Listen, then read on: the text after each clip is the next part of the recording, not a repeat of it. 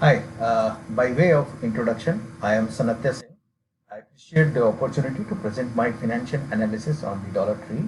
In the real world, obtaining a better knowledge of a company's financial health and growth trend involves a detailed analysis of its accounting statements, such as the balance sheet, income statement, and statement of cash flow.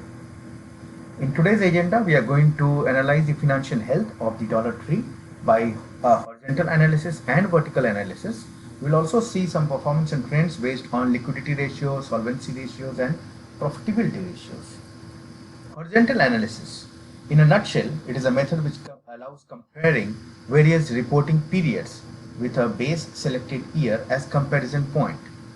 In our case, the comparison point is the 31st October 20, which is the 13 week ended for that last 10Q published there, along with the latest 10Q published for the May of 2021. Now, based on this, the horizontal analysis is presented in two important parameters, which are the dollar change and the percentage change. So we can see the net sales has increased considerably by around 4.85%. The cost of sales actually increased by 6.1%. The interest expense has gone down, and as well as the income tax has increased by 13.95%. So the overall net income has increased by 13.48% in the income statement. Considering the balance sheet as well, we follow the same horizontal analysis with the dollar change and the percentage change. We can see the assets increasing by 31%, which is a very good gain. However, that was like the current assets, but the total assets is still a change of 1.93%, which is more of a increased performance. And along with that, and the reason for that would be the liabilities as well has considerably increased in the same values. So that's why there has been only a little bit of performance which we can see overall. However, when we compute the ratios, we will see the increased ratio based on the expenses, the property, and the inventories and other criteria as well. Moving ahead to vertical analysis. It is used in accounting to demonstrate relative sizes of various accounts on a financial statement. Usually, it has two sections: total assets and total liability in the balance sheet. So the total asset would be set to 100%.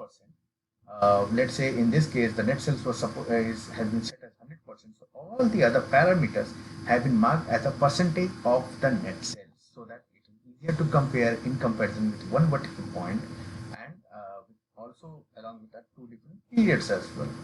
So that's where it goes, and we can see that the net income was 5.78%. However, on the October 31st, it was recorded as 5.34%.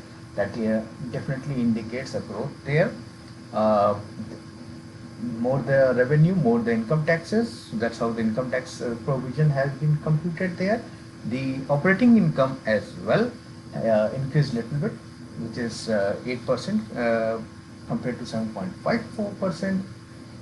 And let's move on to vertical analysis. Balance sheet in the first quarter of 2021, the total current asset accounted 25.2% of the total assets. That's how it was computed out there. So the current assets here is like 7% here compared to 8.51%.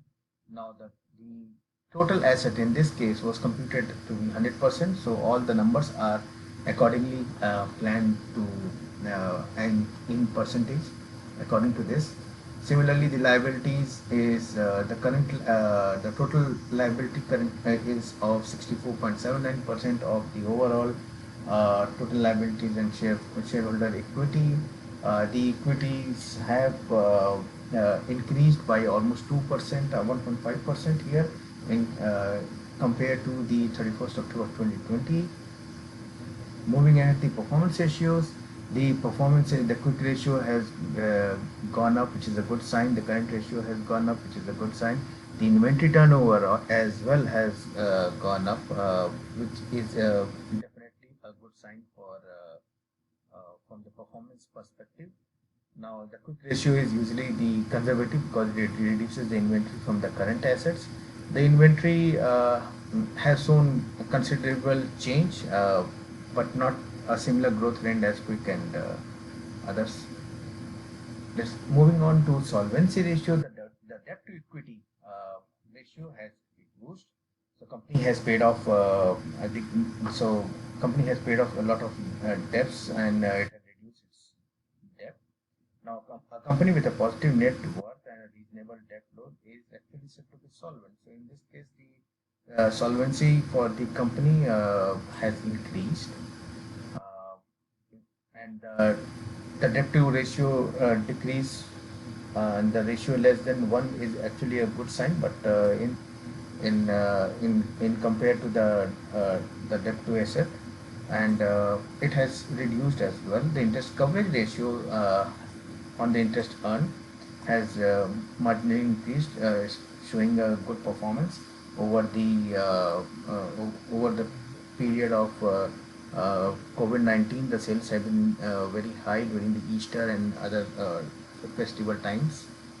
The profitability ratio, the return on equity has been very good. The return on assets and the return on investment has been in the performance zone, computing it to be there. So overall, the company has performed very good. These are the references we have used. I have used along with the data published from the EdGap, the link which we had for October 31st, 2020 and the May 1, 2021 were used as a reference point. Thank you. Thanks for your time.